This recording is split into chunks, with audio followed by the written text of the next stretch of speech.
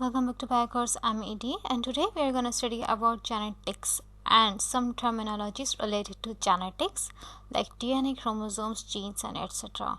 So genetics is a study of heredity.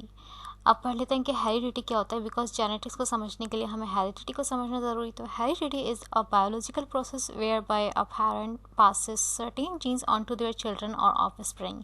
तो characteristics का parent से ऑफस्प्रिंग में ट्रांसफ़र होना और किस तरह से होना, किस तरह से के मैकेनिज्म से होना, वो पढ़ते हैं हम हेरिडिटी में। तो जेनेटिक्स क्या है? हेरिडिटी की स्टडी यानी कि genetics is the study of heredity, और हेरिडिटी यानी कि the way of transmission of characteristics from parents to offspring, और उसके मैकेनिज्म को हम स्टडी करते हैं किसमें? हेरिडिटी में।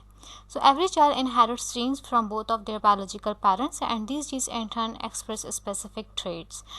तो पेरेंट्स से यानी कि मदर और फादर दोनों से जो है वो जीन्स ट्रांसफ़र होती हैं बच्चे में, और वो उनकी कैरेक्टरिस्टिक्स को साथ में लेकर आती हैं। यही वजह है कि इंसान का बच्चा इंसान की तरह होता है, जानवर का जो बच्चा होता है वो जानवर की ही तरह होता है।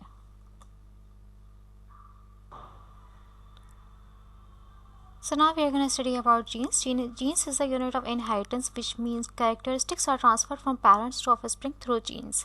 Genes क्या है? यूनिट ऑफ इनहेरिटेंस है, विच मीन्स जब करेक्टर्स ट्रांसफर्स होते हैं फ्रॉम पेरेंट्स टू ऑफस्प्रिंग तो किसकी वजह से होते हैं? वो जीन्स की वजह से होते हैं। जीन्स के थ्रू जो है वो कैरेक्टर्स जो है वो पेरेंट्स के ऑफस्प्रिंग्स में यानी उनके बच्चों में ट्रांसफर हो जाते हैं। Genes store biological information, which means they store biological information. What type of biological information? Like कौन से ऑर्गेनिज्म को किस तरह का देखना है। लेकिन अगर किसी की आंखें ब्लू हैं तो किसकी वजह से? वो जीन्स की वजह से। अगर किसी का हेयर कलर चेंज है तो वो जीन्स की वजह से चेंज है।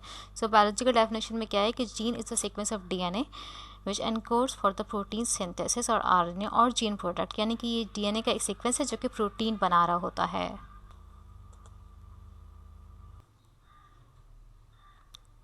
Now we're going to define further definitions of genetics. तो जीनोम को अगर हम देख लें तो this is a complete set of genes in living organism, यानी कि जितनी भी जीन्स लिविंग ऑर्गेनिज्म में प्रेजेंट है उन पूरे के पूरे सेट ऑफ जीन को हम जो है वो जीनोम कंसिडर कर रहे हैं। और अगर हम क्रोमोसोम की बात करें तो थ्रेड लाइक स्ट्रक्चर्स होते हैं जिसमें डीएनए और प्रोटीन्स मौजूद होती हैं, और डीएनए की जो है वो सुपर कॉइल्ड फॉर्म मौजूद होती है। तो क्रोमोसोम्स हमें कब मिलते हैं? जब सेल डिवाइड होंगे, और क्रोमोसोम्स जो है वो हमें कंडेंस फॉर्म में हमेशा मिलेंगे। और अगर डीएनए की बात करें हम तो उसी सुपर कॉइल्ड फॉर्म के क्रोमोसोम को अगर हम खोलें तो हमें डबल स्टैंडर्ड डीएनए मिल जाएगा। डीएनए का हेरिडिटरी मटेरियल है जिसमें जेनेटिक इन्फॉर्मेशन जो है वो स्टोर है। तो अगर हम यहाँ पर देखें तो यहाँ पर जो है वो ट्रांसक्रिप्शन और ट्रांसलेशन का प्रोसेस दिया हुआ है। तो यहाँ पर जीन इन्वॉल्व हैं जो कि डीएनए के स्पेसिफिक सीक्वेंस से ली गई हैं, जिसमें एक्सॉन्स और इंट्रॉन्स दोनों जीन्स इन्वॉल्व है। लेकिन एक्सॉन्स जीन जो है वो सिर्फ और सिर्फ अमाइनो एसिड को कोड करने में मदद कर रही हैं, जबकि इंट्रॉन्स नहीं कर रही हैं। तो एक्सॉन्स जो है वो स्प्लाइसिंग के थ्रू जो है वो रिमूव हो जाएंगी, और इंट्रॉन्स जो है वो स्प्लाइसिंग के थ्रू रिमूव हो जाएंगे, और एक्सॉन्स जो है वो प्रोटीन सिंथेसिस में जो है वो मदद कर रहेंगी।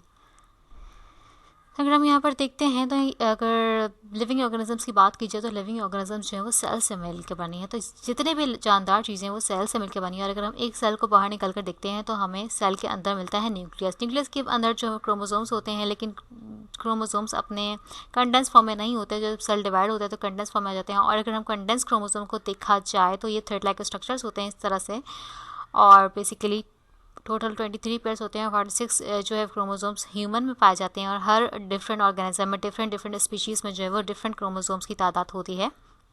तो अगर हम इसी क्रोमोसोम के स्ट्रक्चर को खोलें तो यहाँ पर हमें प्रोटीन्स ही मिलेंगी, क्योंकि फिलहाल यहाँ पर शो नहीं हुई हुई, लेकिन ये होती है। तो यहाँ पर जो है मज़ीद अगर हम खोलते हैं इसके स्ट्रक्चर को तो हमें जो है डबल स्टैंडर्ड डीएनए मिल जाएगा। लाइक इसमें नाइट्रोजनस बेस पेयर्स होंगी बीच में, और बैकबोन होगी शुगर फॉस्फेट की। और जो है एक सीक्वेंस को अगर हम कंसिडर करते हैं डीएनए के तो उसको हम जीन कंसिडर करेंगे, और बेसिकली 5 प्राइम टू 3 प्राइम में जो है वो मूव करते हैं। तो इसका ये ओवरऑल स्ट्रक्चर होता है। अभी हम स्ट्रक्चर को मज़ीद स्टडी करते हैं बाद में।